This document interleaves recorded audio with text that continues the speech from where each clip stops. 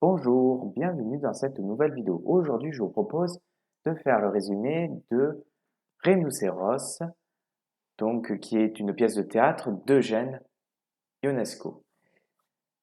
Donc, je pose juste une question comme ça, vite fait. Est-ce que vous êtes parti en Afrique pour aller voir de rhinocéros? Est-ce que vous avez vu des animaux et tout ça? Ça peut être sympa. Si c'est le cas, j'espère que vous avez passé de bonnes vacances.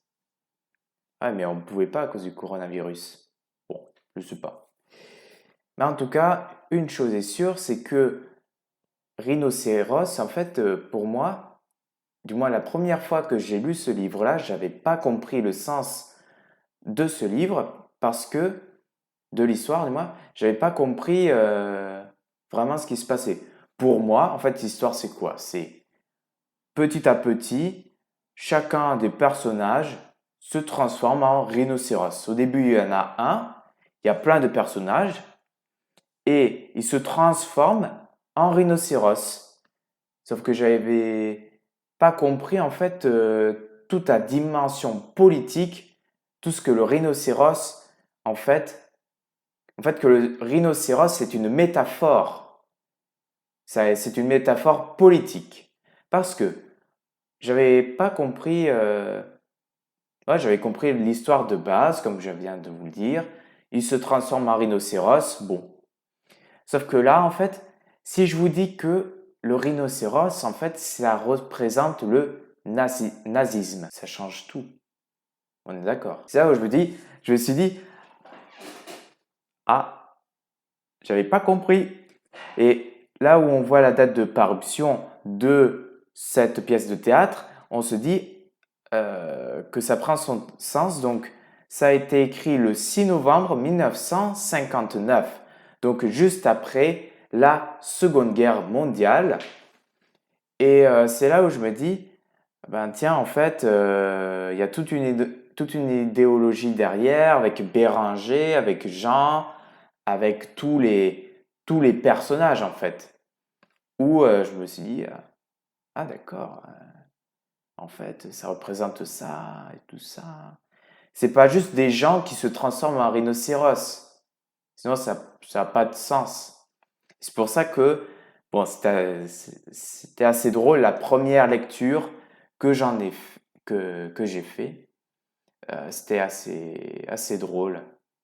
Bon, c'est parti pour le résumé acte après acte. Acte. Bon, c'est parti pour le résumé acte après acte.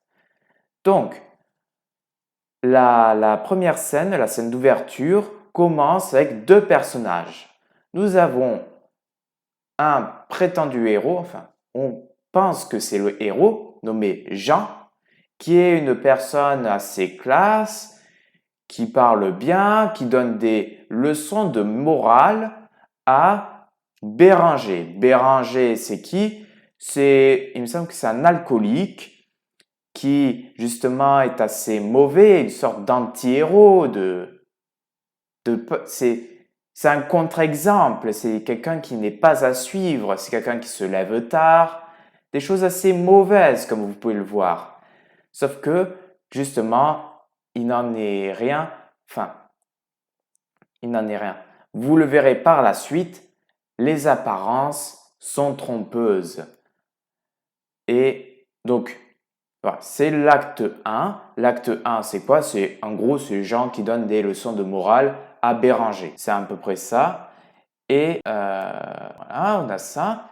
Et on a la première apparition des rhinocéros. Donc, les rhinocéros choquent tous les personnages de la ville, notamment avec oh, regardez, un rhinocéros. Donc, ça choque les personnages. Euh, Jean ne parvient pas à croire que ce qu'il a vu était réel. Il énonce même clairement que cela ne devrait pas exister. Le patron de l'épicerie jette un cri de peur révolutionnaire en voyant la ménagère partir avec son chat écrasé. Nous ne pouvons pas nous mettre que nos chats, nous ne pouvons pas permettre que nos chats soit écrasés par des rhinocéros ou par n'importe quoi. Comme à la montée de chaque mouvement politique extrémiste et totalitaire, les gens sont tout d'abord effrayés. Donc justement, ça montre comment le nazisme a été vu par la population allemande, parce que les nazis, en fait, tous les Allemands n'ont pas voté pour le mince, pour le parti nazi. Tous les Allemands n'ont pas voté pour le parti nazi parce que de base, comme vous le savez, c'est dû à la crise économique de 29. Et justement, voilà, j'ai tellement peur de dire des bêtises, mais je crois que c'est en 1931 que Hitler il est venu au pouvoir et qu'il est devenu un chancelier. Donc, au tout début de ça, eh bien, ça a dû ça a effrayé les gens, comme vous pouvez le voir. Acte 2. Tandis que les habitants commencent à se transformer en rhinocéros, comme je l'ai dit, les collègues de Béranger sont dans leur bureau et commencent à débattre. Donc, selon Bottard, c'est une histoire à dormir debout, c'est une machination infâme. Ce dernier ne peut pas croire en la réalité de la rhinocérite. Donc, la rhinocérite, c'est quoi? C'est la propagation de rhinocéros. Donc, j'étais en mode, bon, on s'en fiche en fait que les personnes se transforment petit à petit en rhinocéros, sauf que c'est le fait en fait que le parti nazi prend puissance. C'est ce qui est c'est ce qui est dénoncé par Eugène Ionesco. Ionesco, enfin je sais pas si je prononce bien. Bon, moi c'est ça. Donc ce dernier ne peut pas croire en la rhinocérite. Euh, comme certains ont pu nier la montée des extrêmes, mais pourtant lui aussi va se transformer en rhinocéros malgré ses préjugés. Donc en fait, ça veut dire que malgré le fait qu'il ne croit pas à la montée du nazi ou du nazisme, eh bien, lui aussi va devenir un nazi. Donc il se transforme en... donc c'est le même cas que Monsieur Buff et tout ça. Aussi, on a Jean. Donc Jean, je vous rappelle, c'est ce qu'on aurait pu croire être le héros de cette pièce de théâtre, étant donné que c'était quelqu'un qui était pour la liberté, quelqu'un qui est droit dans ses bottes, quelqu'un d'intelligent, quoi, de cultivé, qui est, ouais, qui, voilà, qui est haut socialement, qui est respectable.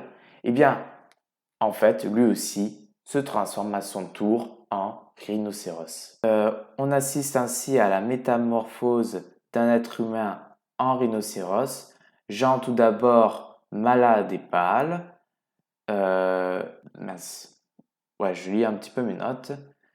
Donc il est pâle. Donc il voit pousser une bosse sur son front, respire bruyamment et a tendance à grogner.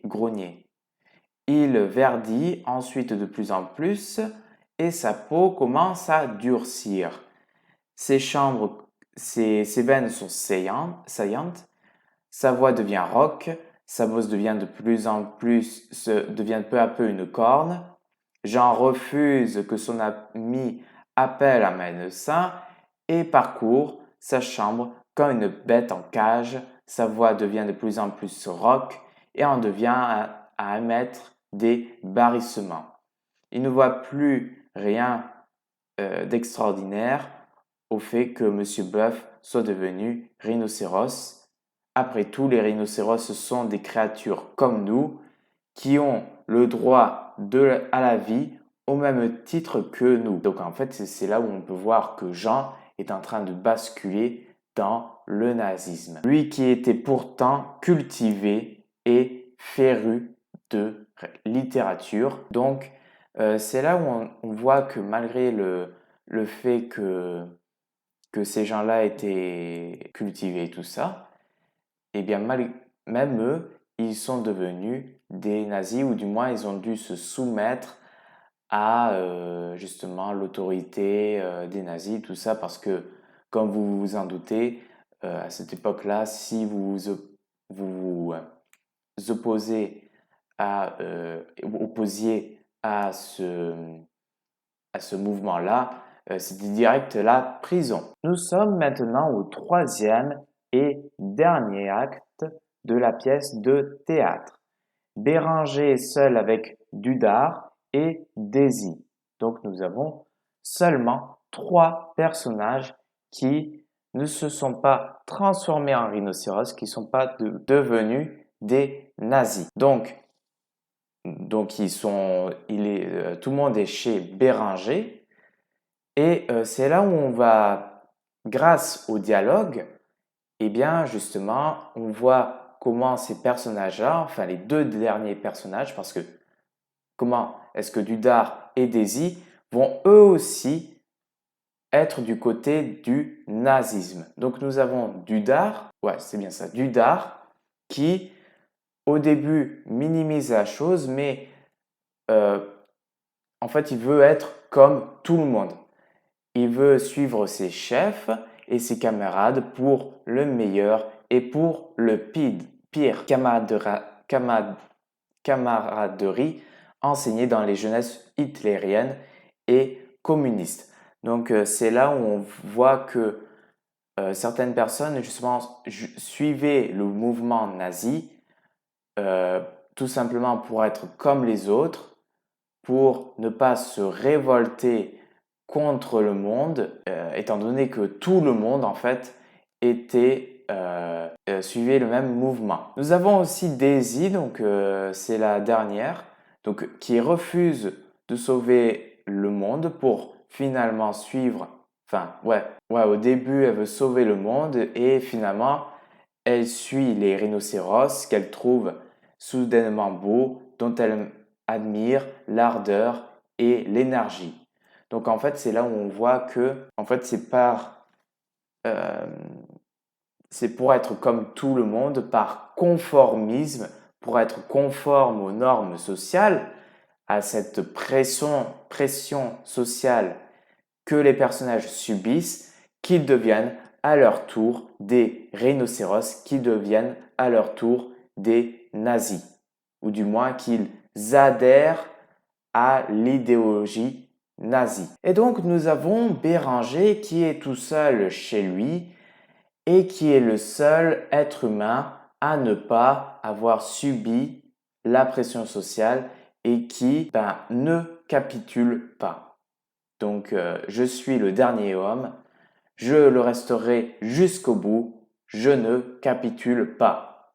Donc c'est les derniers mots, on peut la retenir comme citation, donc c'est celle de Béranger à la fin de la pièce où justement il refuse de se plier à l'idéologie nazie. Il veut rester en fait, il est pour en fait la démocratie, les choses normales en fait, ne pas être antisémite, enfin tout ce que l'idéologie nazie prône. Et c'est là où on voit que très peu de personnes arrivent à résister à la pression sociale et que en fait, mis à part des gens, comment dire, socialement en retrait, parce que Béranger, je pense que ce qui lui a permis de résister à tout ça, c'est qu'il était hors de tout ce monde-là.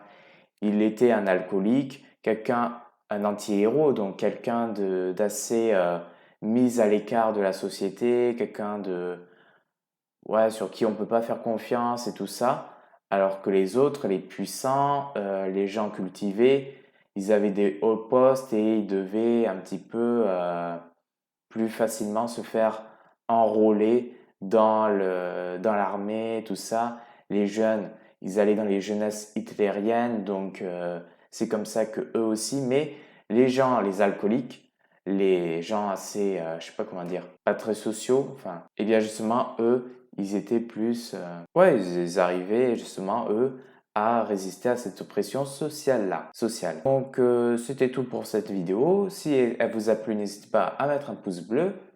Sur ce, je vous dis Au revoir et passez